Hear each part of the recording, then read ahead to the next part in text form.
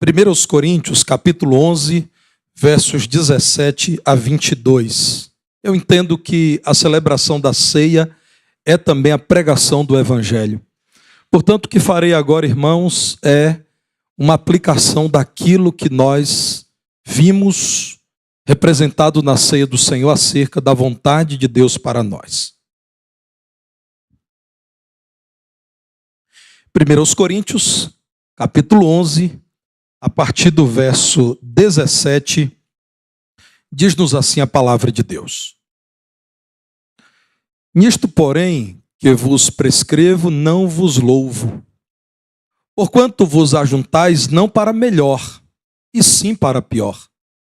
Porque antes de tudo estou informado haver divisões entre vós, quando vos reunis na igreja, e eu em parte o creio.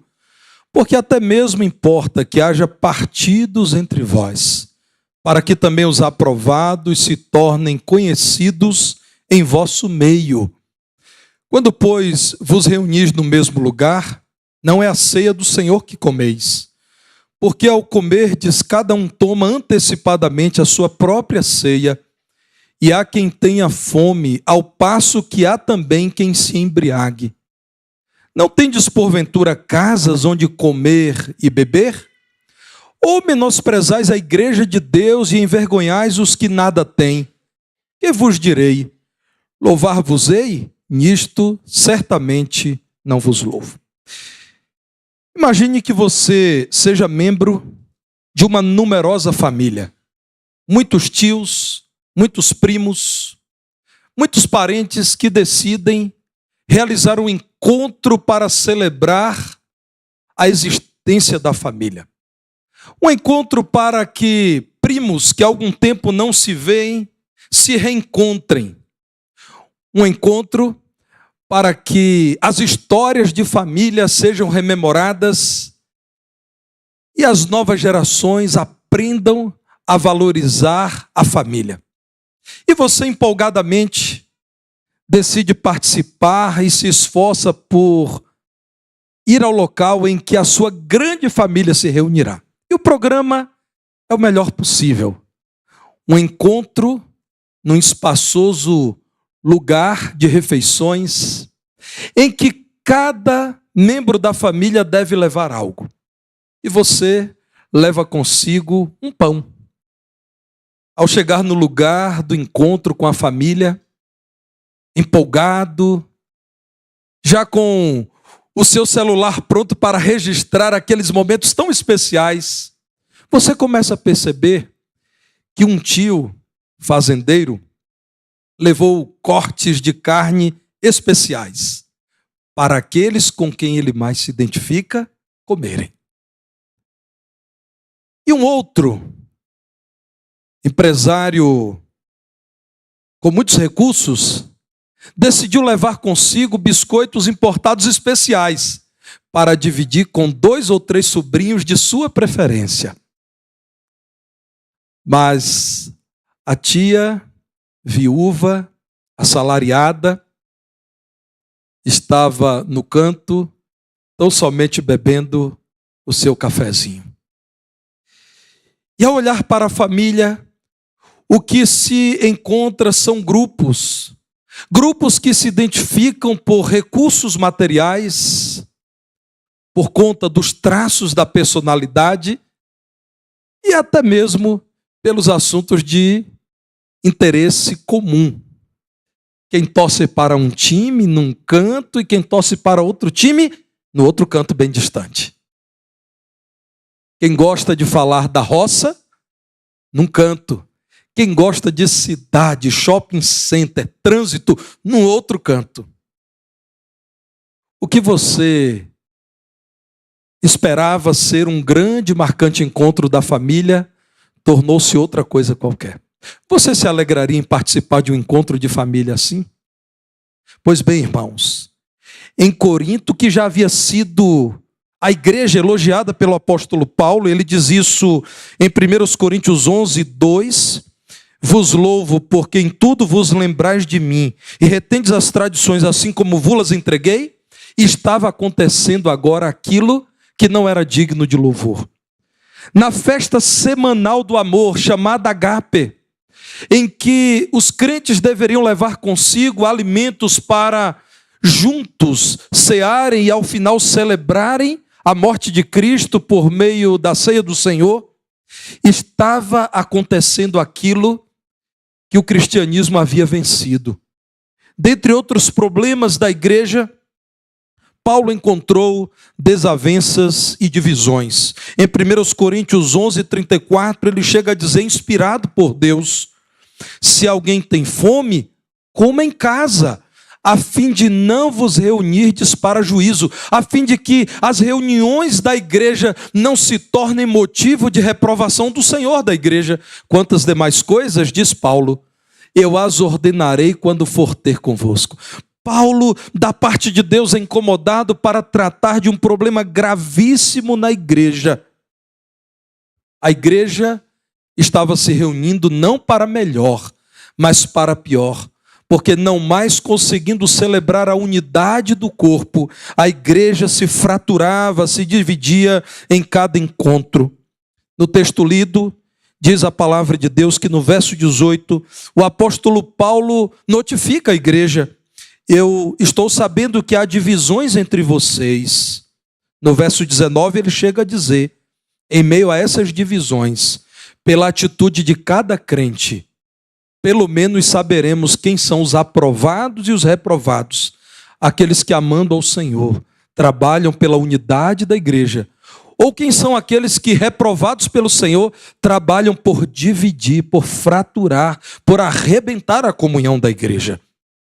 Em 1 Coríntios 1, no verso 10, Paulo diz, rogo-vos, irmãos, pelo nome de nosso Senhor Jesus Cristo, que faleis todos a mesma coisa, e que não haja entre vós divisões, antes sejais inteiramente unidos, na mesma disposição mental e no mesmo parecer, pois a vosso respeito, meus irmãos, foi formado pelos da casa de Cloe, de que há contendas entre vós. Este procedimento, as divisões na igreja, estava prejudicando até mesmo a celebração da ceia do Senhor. Como eu disse, os cristãos primitivos se reuniam e faziam isso semanalmente para realizarem uma refeição em comum. O livro de Judas, no verso 12, menciona essa festa, ao final da qual celebrava-se a ceia do Senhor. Atos 2, 42 e 46, Atos 20, versos 7 a 11, também nos fala disso. Infelizmente, o que Paulo encontrou na igreja foi uma divisão na celebração da festa do amor. A palavra de Deus mostra que crentes com uma situação financeira muito boa comiam muito a ponto de ficarem embriagados. Crentes com uma situação financeira muito limitada passavam fome. Vejam que contraste triste, irmãos. A partir do verso 21, cada um toma antecipadamente a sua própria ceia, e há quem tenha fome, ao passo que outros comem tanto e bebem tanto que estão embriagando-se.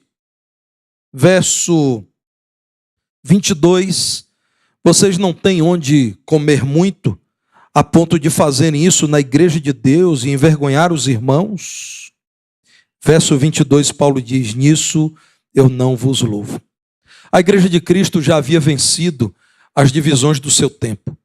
Num tempo marcado pela divisão entre livres e escravos, a igreja agora reunia todos, servos e senhores, juntos no mesmo corpo, serviam ao Senhor.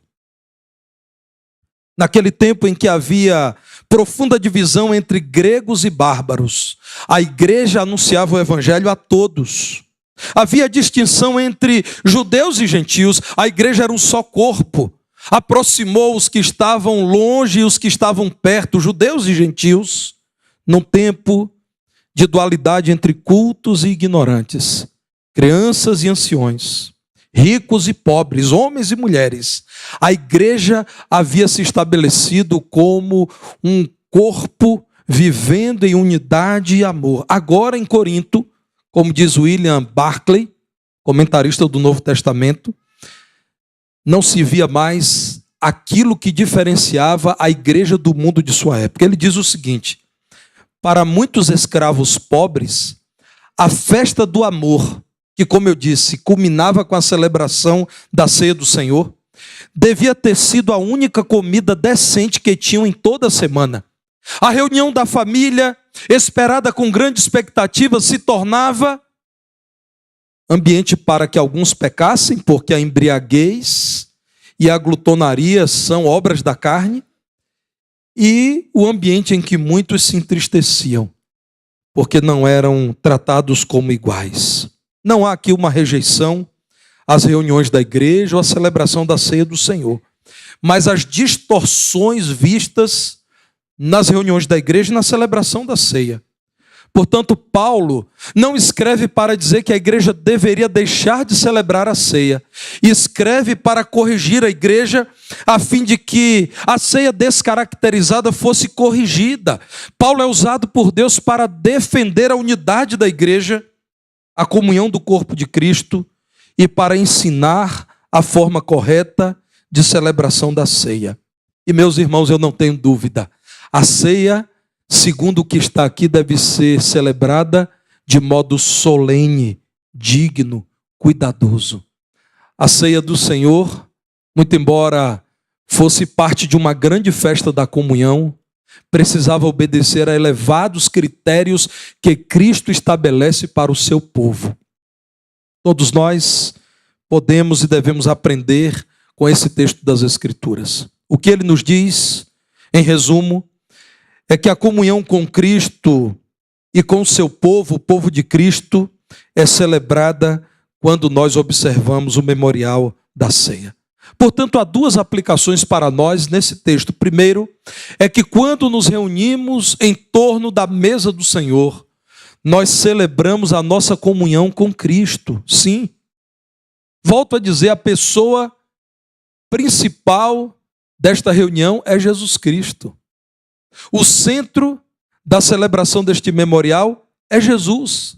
Tivesse Jesus rejeitado a cruz, que ele poderia fazer se o quisesse e não quis, tivesse Jesus se negado a sangrar no Calvário, nós não realizaríamos uma celebração como esta.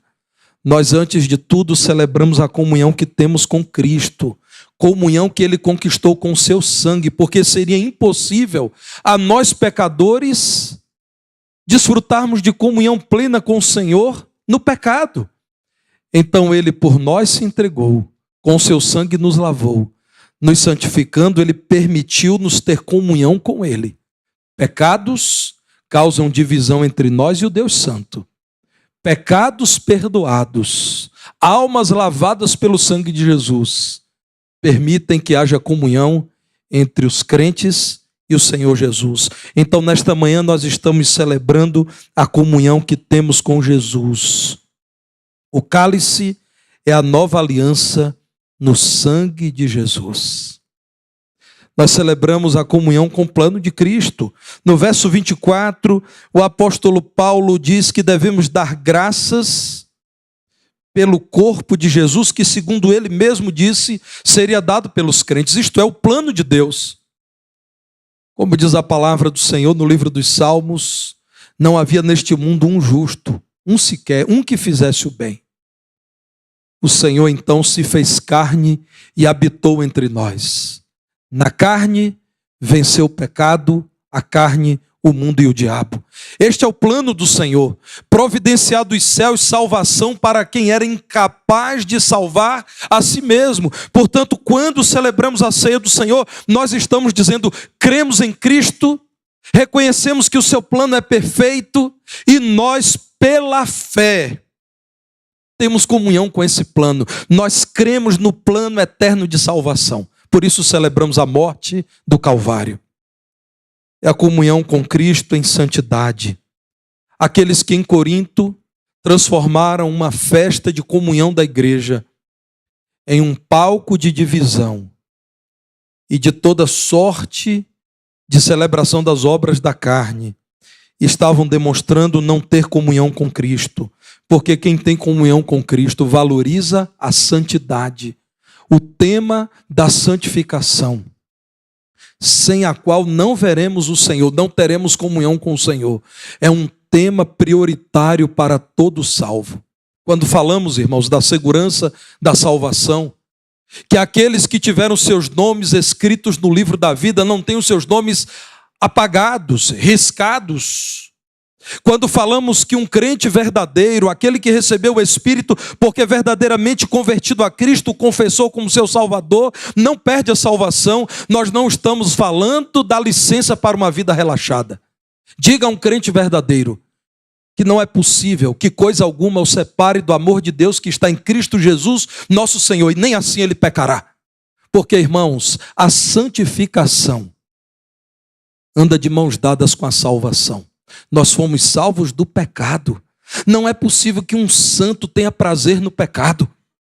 Nós fomos salvos da velha vida. Não é possível desprezarmos agora a nova vida. Comunhão com Cristo é vida santa. Diga a um crente verdadeiro que nada, nem principados, nem potestades, nem coisas do presente, coisas do porvir, altura, profundidade, nada pode separá-lo do amor de Cristo. Ele está salvo e eternamente viverá na presença de Deus. Diga ao crente que não é possível que ele perca a salvação e ele desejará viver ainda de modo mais santo, porque mais grato será o Senhor que o salvou. Porque mais ainda, apegado ao Senhor que o redimiu com tão grande graça, ele viverá. Aqueles que dizem, já que sou salvo, viverei do modo que eu quero, denunciam que na verdade não são salvos, não creram, não receberam o Espírito que é santo. A celebração da ceia é a celebração da nossa comunhão com Cristo. Ao meditarmos na conquista da cruz, nós somos ainda mais encorajados a vivermos à sombra da cruz, de modo santo para a glória de Deus. É também a celebração da nossa comunhão com o povo de Cristo, com o corpo de Cristo. É a comunhão dos iguais. Qual é a nossa diferença, meu irmão? Entre eu e você, eu pastor titular desta igreja e você membro desta igreja. A diferença é de função. Eu tenho uma função a desempenhar, que foi por esta igreja confiada a mim. Então nós temos funções diferentes. O meu irmão Gideão tem uma função no conselho fiscal, que eu não consigo desempenhar. Nossas funções são diferentes. O meu irmão Rafael tem uma função do Ministério das Artes, que eu não posso desempenhar para a alegria dos irmãos. Que bom que o Rafael canta com a Bruna. Que bom que não sou eu. Nossa diferença é de função, mas de valor não, irmãos. Nós somos iguais. O sangue que me lavou, lavou os meus irmãos. Quando celebramos a ceia, nós celebramos a comunhão dos iguais. Eu estou acima de alguns irmãos aqui por uma questão lógica, para que todos me enxerguem. Mas que bom que aqui temos na galeria irmãos que estão acima de mim. Esta plataforma, irmãos, não tem outro significado que não estrutural, para que os irmãos me enxerguem. Isso aqui não é um altar, não é doutrina bíblica e muito menos evangélica dizer que eu estou no altar. Isso é coisa do cerimonialismo judaico, da religião sacramental. Nós não estamos, irmãos, num templo.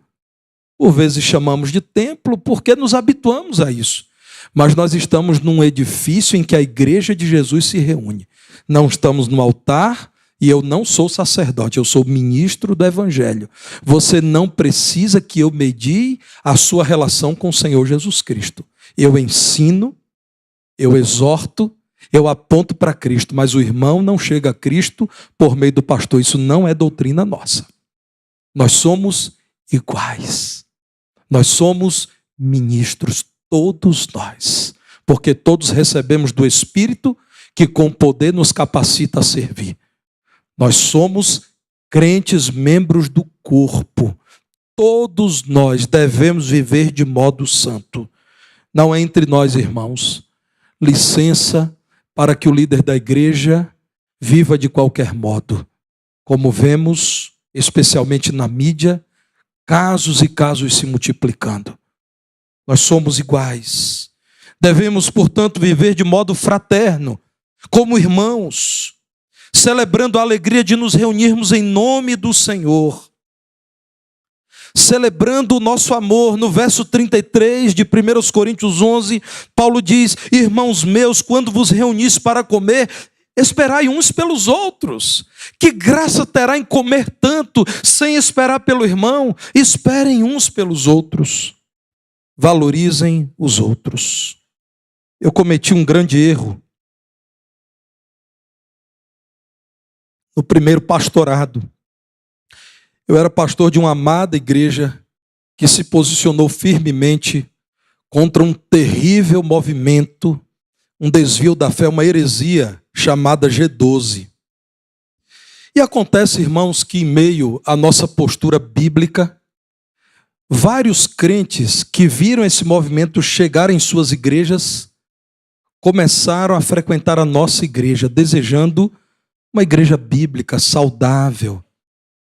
Acontece, irmãos, que eu cometi um grande erro quando uma irmã em Cristo, vindo de uma das igrejas que mais se identificaram com essa heresia, chegou e vários irmãos que eram membros daquela igreja no passado me disseram: pastor, cuidado com essa irmã. Essa irmã não é fácil. Essa irmã abraçou o movimento e o pastor verá daqui a pouco que ela vai querer fazer coisas aqui que nós não aceitamos. Que erro eu cometi, irmãos? Eram irmãos sérios, eram irmãos crentes, vários que me disseram: pastor, cuidado com essa senhora. E confesso aos irmãos que eu errei.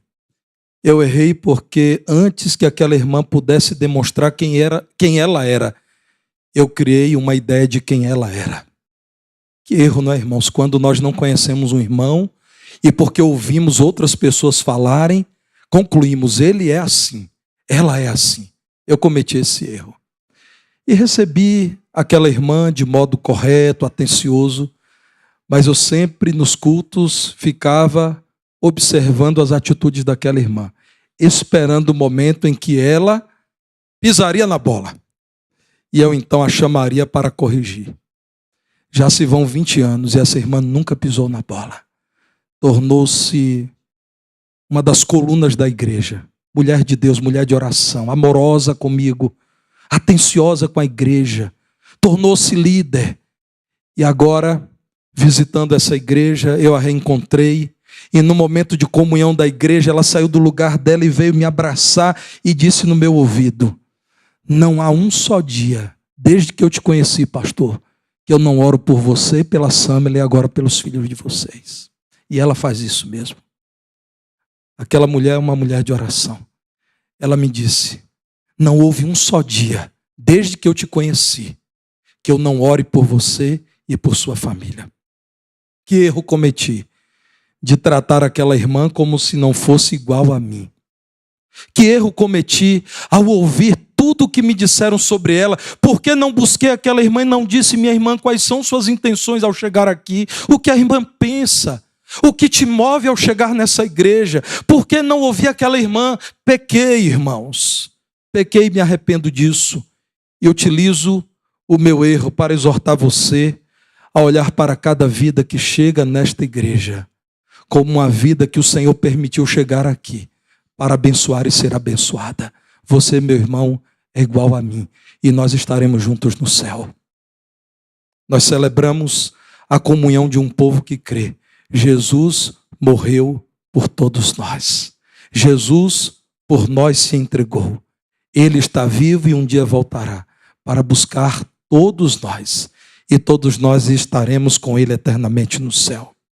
A ceia do Senhor é uma grande oportunidade para celebrarmos a nossa comunhão com o Senhor, porque cremos nele, porque somos gratos por tudo que Ele por nós fez, porque nós usufruímos do poder que há no nome e no sangue de Jesus, mas é também uma grande oportunidade para celebrarmos a nossa comunhão com os nossos irmãos com quem vivemos. Que nesta manhã a IBBP seja louvada. E aqui quero parafrasear o apóstolo Paulo de modo inverso. Seja louvada, porque quando nós nos ajuntamos para melhor e não para pior. Nos ajuntamos para compreender melhor quem Cristo é e o que Ele tem feito por nós.